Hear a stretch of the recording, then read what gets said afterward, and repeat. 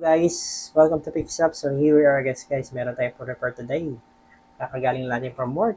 Isang laptop guys. Kakapadala lang ng customer natin. Ang complaint ng customer dito guys ay hindi daw continue yung kanyang Windows kasi may lumalabas na hard disk problem or hard disk error yung hard disk niya. So try natin check guys. Power on natin. First time natin check to. Oh, medyo madumi guys. Power on natin. Power on. Ayun. May display naman siya. It's a good sign. May display. Nag-initialize din siya. So, yan. May lumalabas nga guys. Hard drive not installed. Yun pala yung problema niya. Hindi hard disk error yung nasasabi. Ang nakalagay ay hard drive not installed. So, usually sa ibang laptop guys, ang nakalagay dyan, no bootable device. Ganun ang nakalagay. So, check your hard disk drive. Ganun mga nakalagay dyan. So, this time dito sa brand ng Dell, ang nakalagay dito ay hard drive not installed. So, try natin i-check guys. First thing of all, ang ginagawa natin dyan guys, kailangan natin tanggalin yung kanyang hard disk dito sa ating unit. Tatanggalin natin yan dito guys, babaklasin natin. Then, isi-check natin sa isang software yung ating HD Sentinel kung yung kanyang performance o yung kanyang health ng isang hard drive ay nasa good condition pa o nasa 100% pa ba, 90%. Kasi usually 90% or 95% kinukonsider ko pa na good po yung kanyang hard drive. Pero below 95 na ay kinukonsider ko naman na palitan na natin yung hard disk. Kasi may mga bad sector na yon. Okay guys, buksan natin. First thing of all, tanggalin natin yung battery. Okay, mukhang mahirap tong babaklasin natin kasi kailangan natin, may mga ilang screw ng wala. Ilang screw to? 3. So, very obvious na buksan na to guys.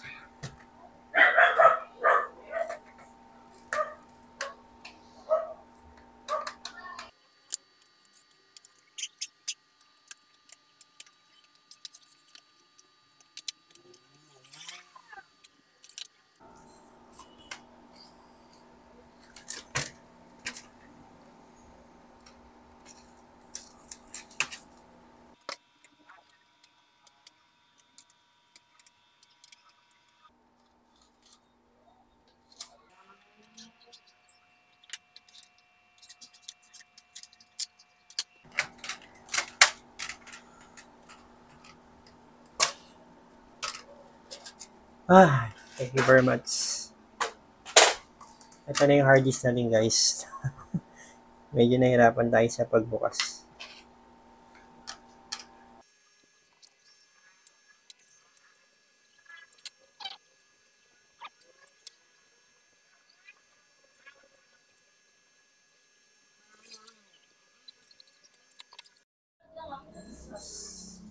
So guys, finally natanggalan natin yung hard disk. Siya pala siyang Toshiba 500GB.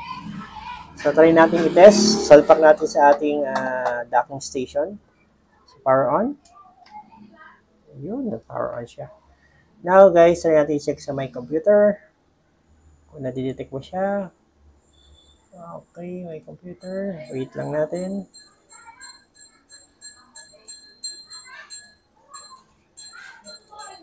So, wala yata. Dapat meron dito lumalabas na hard drive or hard disk drive dito. So, try natin guys i-check sa may ating desk management. Okay, manage. Okay, desk management.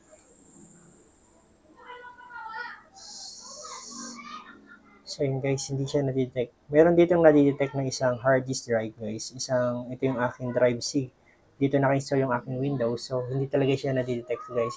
So walang sense para i-check pa natin sa hard disk Sentinels. So sige, try natin check guys. Hard disk Sentinels. Okay. Meron dito isang hard drive. Yung Hitachi pero yung Toshiba hindi lumalabas guys. Yung aking Hitachi ay 500GB yan. So walang na additional dito. Ito yung aking health ng aking hard disk, yung kanyang performance 100%, excellent. Yung kanyang health ay 100% excellent din. So, it's about time guys na try natin palitan na tong hard disk na to. It's confirm na sira na tong hard disk na to at kailangan palitan. Usually kasi guys, dito dapat sa ating desk management, may lalabas dito unsupported hard drive. Dito, pwede natin i-format sana yon. Usually ganun yun, pag hindi lumalabas dito sa ating my computer. Pag hindi lumalabas dito guys, yung isang hard disk, try natin i-check sa ating desk management. Dito may lalabas dito unsupported desk drive. Basta dito, kulay black siya. Ipo-format lang natin yun. Pero sa scenario na to guys, hindi na talaga siya nadidetect. Kailangan natin siyang palitan. Okay guys, palitan natin. Yun guys, welcome back. So meron tayo ritong Samsung ang kanyang brand guys. Isa siyang 250 GB. Okay, try natin test. Ito palit natin guys. Okay, power on. Guys.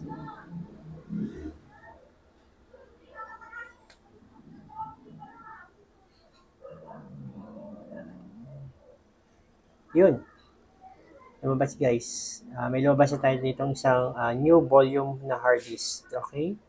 Try natin i-check guys sa ating desk management. Ito guys, lumabas. Desk 1. May lumabas tayo rito guys. Okay guys, try din natin i-check guys sa ating hard drive sentinels. Yun, na-detect siya guys. Samsung 232 GB pero 250 GB yan guys. Yan. The hard disk status is perfect. Problematic or weak sector were not found and there is no spin or data transfer error. No action. Yan guys.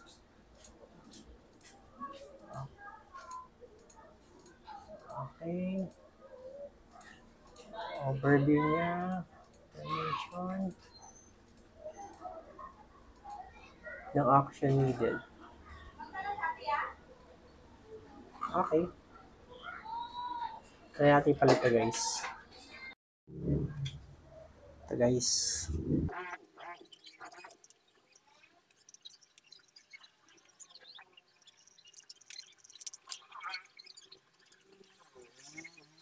Okay guys, try natin i-test.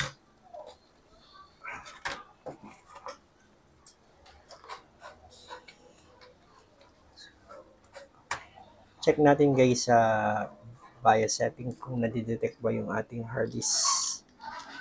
Yan.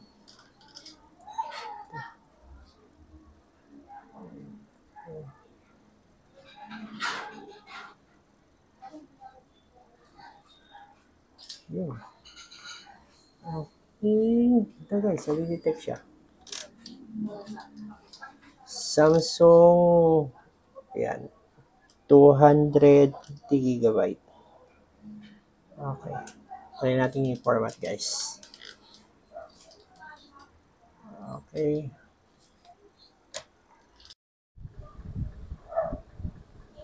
Format natin guys.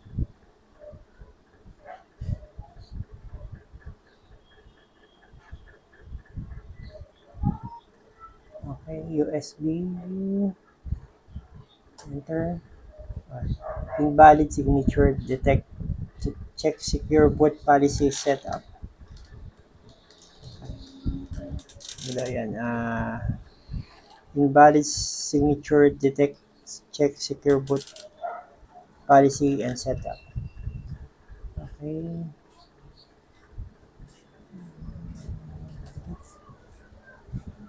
Punta tayo sa BIOS setting guys. I-disable natin yung secure boot o yung security system niya. Punta tayo sa ito, secure boot. Off natin yan. Disable natin yan. Naka-enable siya. Yan. Disable. Enter. Yes. Tapos tayo sa save. Save.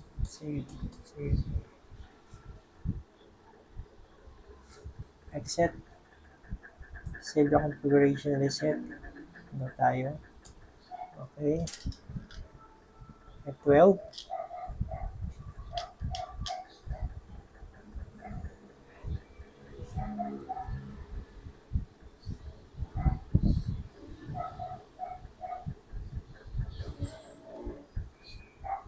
RDs. Put mode. Storage divides. RDs. Left na tayo. Ayan. Enter.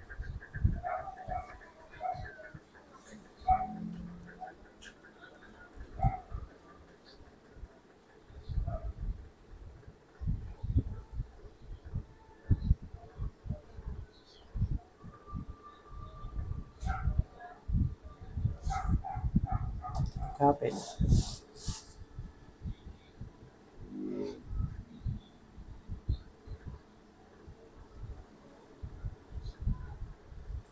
Version logo. We-initialize.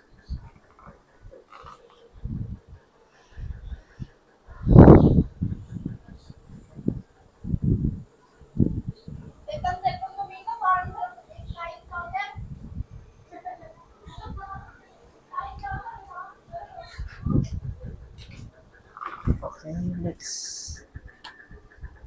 Install. Nag-blurred siya. Ayan.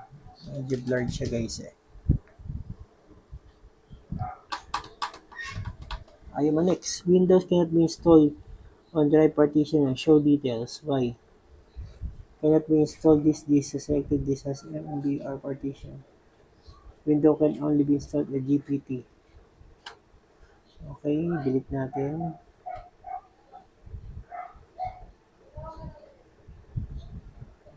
The next.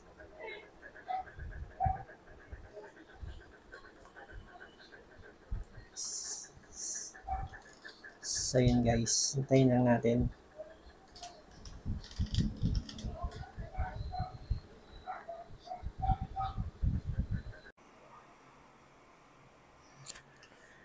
Okay na guys. Thank you very much for watching guys. God bless po. Bye-bye you.